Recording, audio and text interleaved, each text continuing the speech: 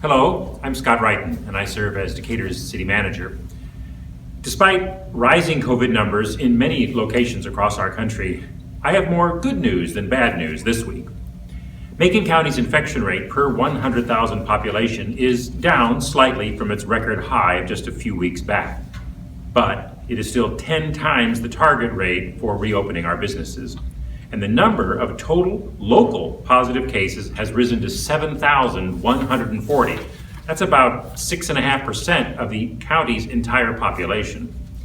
Macon County's positivity rate has now dropped to 8.8%, and the region's positivity rate has also come down to 11.9%.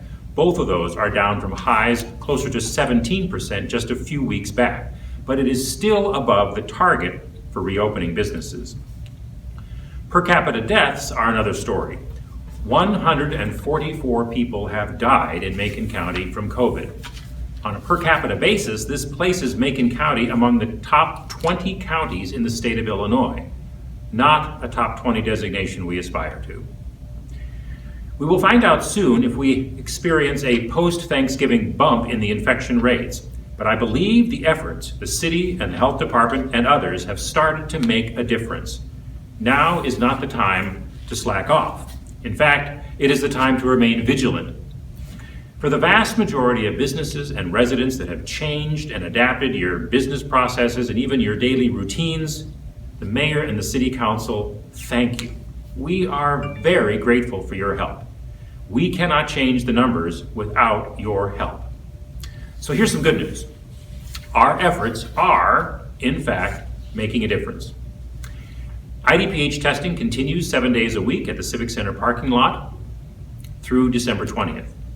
For a faster turnaround, however, local residents can be tested right now, Monday through Friday, 8 in the morning until 12 noon, at Crossing Healthcare's new drive-through location at 990 North Water Street.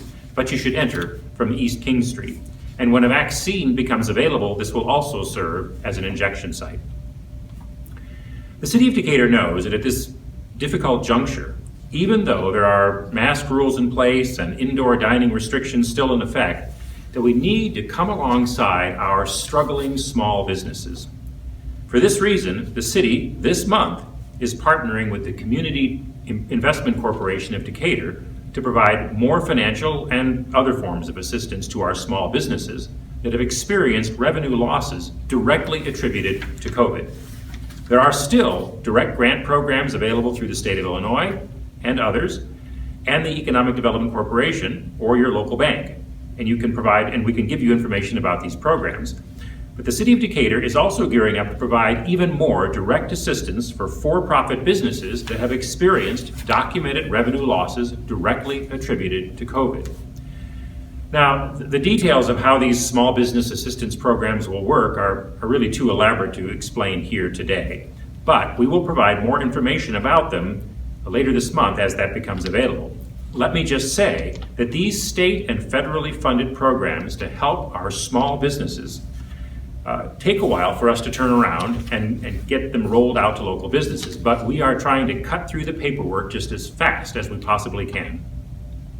At its last meeting, the City Council also approved an incentive package to facilitate Innova Feeds, a new factory in Decatur, and they approved an agreement with the state that will enable us to make significant extensions of our fiber broadband into areas of the city that haven't been served in the past, including some of the City Council's target neighborhoods for revitalization. So, the work of your local government continues despite the restraints of this pandemic. Thanks again for all the help you provide to make it all possible and to make Decatur better.